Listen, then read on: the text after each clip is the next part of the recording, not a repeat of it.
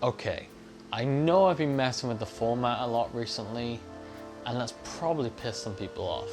So, I'm dialing it back, way back.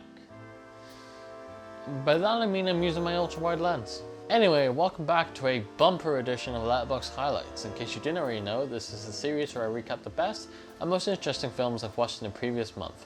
This time we're taking a look at both October and November of 2019. Ready or Not is a film I did not expect to love as much as I did. The concept sounded interesting, but there's been a lot of films that have kind of had this feel about them in the past, and they've all been pretty garbage.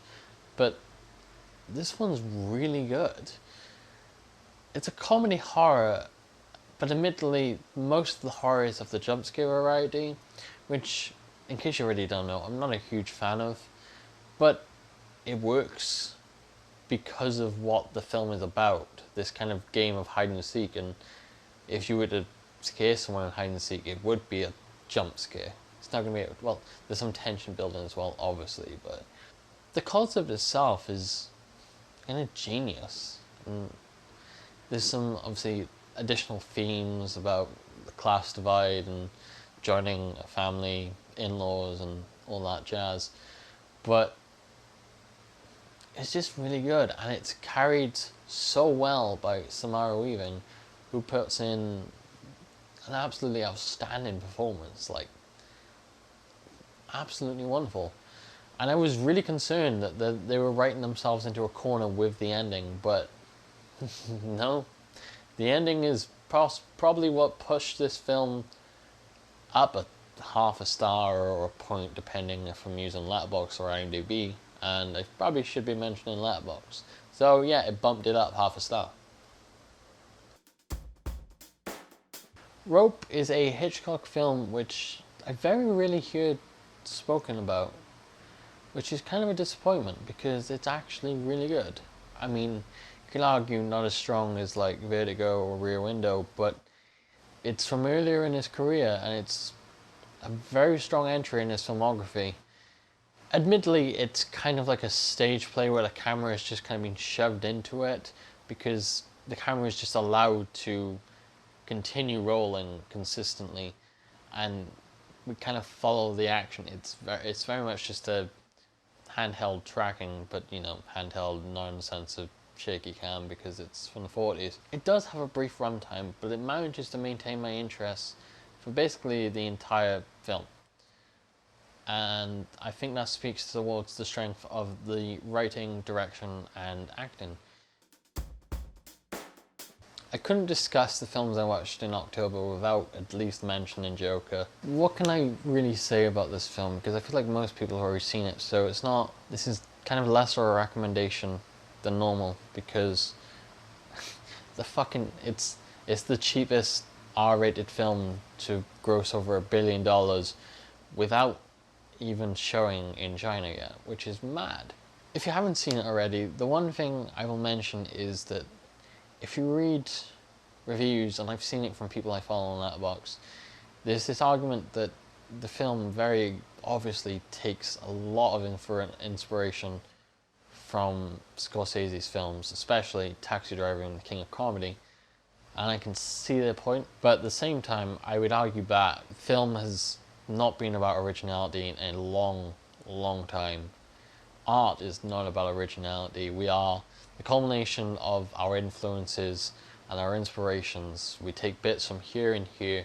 I've done it. Every filmmaker does it.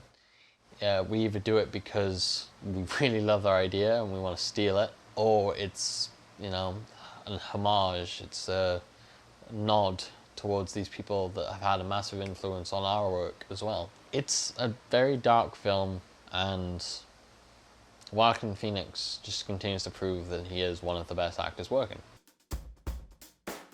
Okay, now for something entirely different, I'm going to take you way back in time to the 1920s and recommend you a great silent film. And you might be thinking, oh, it's a Chaplin film. No, it's not. I've watched 3 Chaplin films, and the only one I've really enjoyed was The Great Dictator, which is from the 40s. And it's mostly because it's about how just taking the piss of Hitler and making him look like a fool at the time when he was in power. and the speech towards the end of that. Anyway, I'm getting off point. The General is a film, I think, directed and starring Buster Keaton, who is actually my favourite silent film star that I know of so far. I haven't really made my way through much of that period of time because I'm a Philistine. I'm kind of just going to sell this film to you on kind of what is the narrative conceit. It's basically a train chasing another train, which is the daftest thing, especially when you consider when it was made, and some of Buster Keaton's stunt work is second to none. Honestly, if you haven't already, go watch Every Frame of Peyton's video on Buster Keaton. They are the reason that I found out about his work, and I've been making my way through it so far. Sherlock Jr. is amazing, and The General is another great film in Buster Keaton's filmography. So yeah, Keaton over Chaplin. Come at me, film nerds. Paths of Glory, a Stanley Kubrick film, one of my favourite directors. At its core, this is really a film about cowardly officers in the war trying to deflect blame to the soldiers, and the soldiers paying the consequences because of it. Here's a not so controversial viewpoint on this film. It can be applied to more than war. It's really about men in power that will do anything to stay in power or gain more power, even if it comes at the consequence of affecting those lower than them. In this film, it's the soldiers, but you can apply it to any other fucking real life situation. Thank you, Kubrick, for the timely social commentary from the 50s. Okay, this is the last film I'm going to recommend from everything I watched in October, and it's called The Last Black Man in San Francisco. I'm not going to lie, this recommendation is almost based entirely on the fact that it is one of the most gorgeous films I have watched this year. If I'm being even more honest with you, this was one of my most anticipated releases for this year, and I will tell you now, it will not be featuring in my end of year top 10 video. It has issues, but there's something about the visual style of this film that I just fell in love with. I've said it a few times on Letterboxd highlights, where occasionally I come across a film that makes me fall in love with the medium all over again, and the visual style of this film does that for me. No matter what issues this film has, and it has quite a few, the cinematography, the color grade, the lighting, all of these elements just work for me.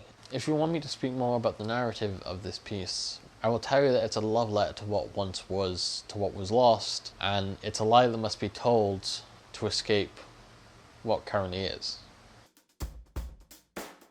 Moving on to the month of November, we're starting with the first of two Scorsese films that I'm going to recommend to you, and this one is The Wolf of Wall Street. Again, an extremely popular film that a lot of people have seen, but that's not what this series has ever been about. It's mostly just me getting a chance to talk about shit I love. This is ultimately a tale of greed, and also about a man named Jonah Belfort who finds his place in the world, and even if it costs him everything, he doesn't want to give that up.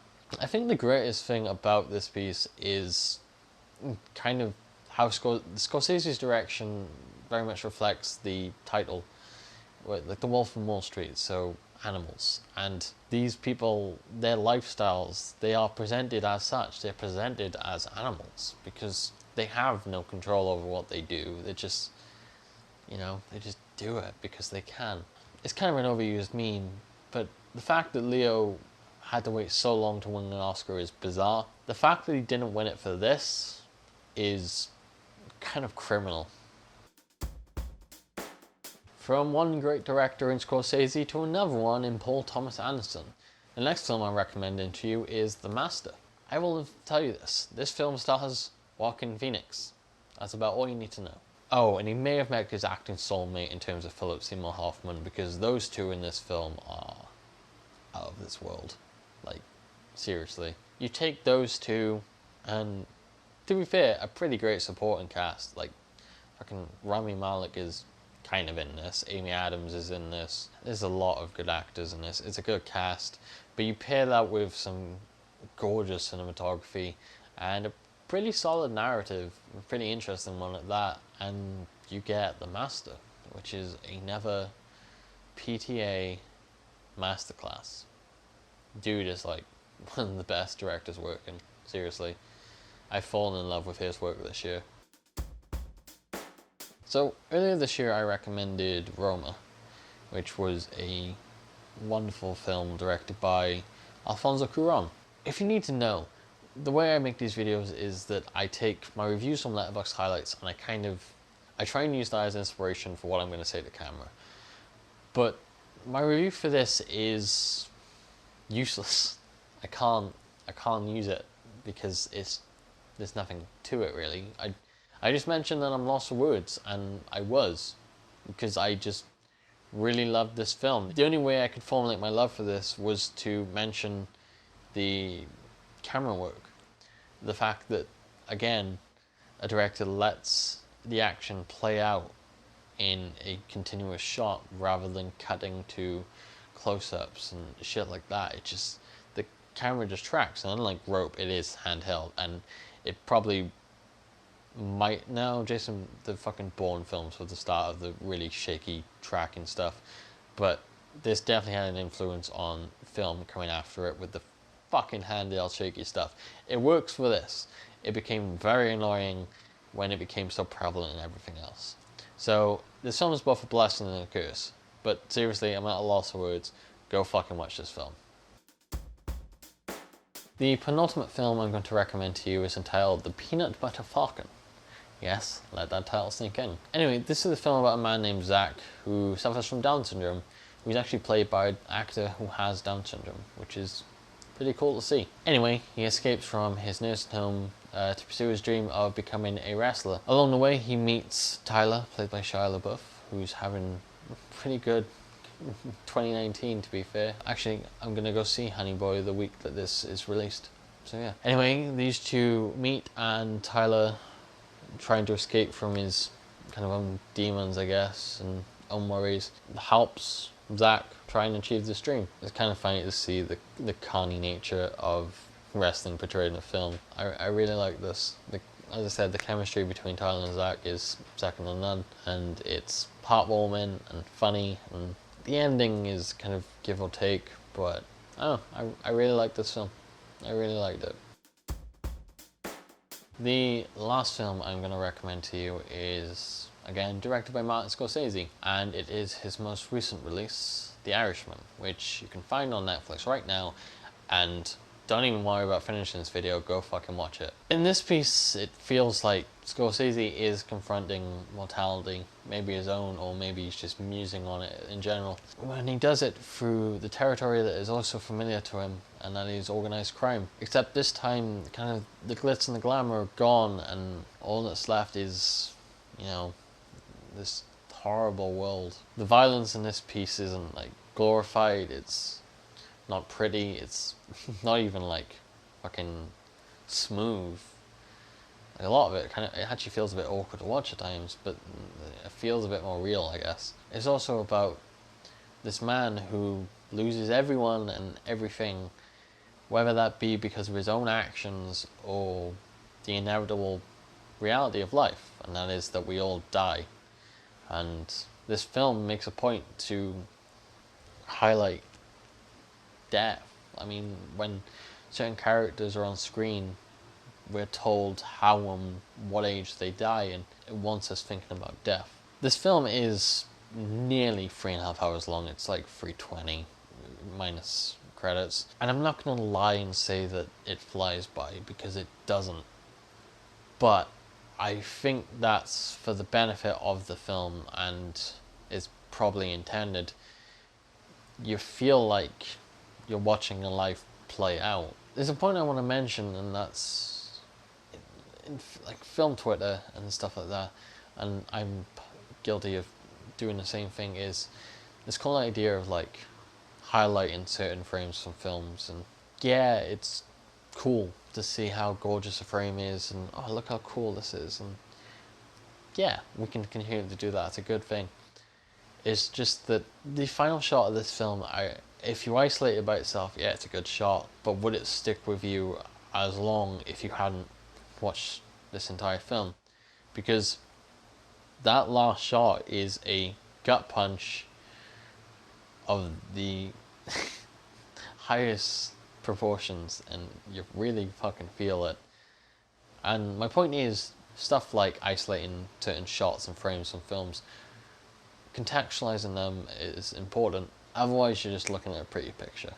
And that's going to be it for this bumper edition of Letterboxd Highlights. And that's actually it for the year of 2019.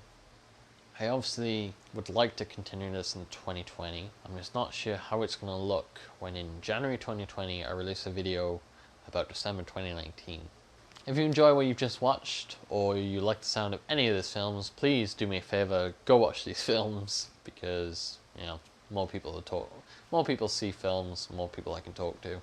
It's a positive. If you enjoyed it, it would mean the world if you share it with friends, and you can talk to your friends about me talking about film. I will see you in the new year. Love film.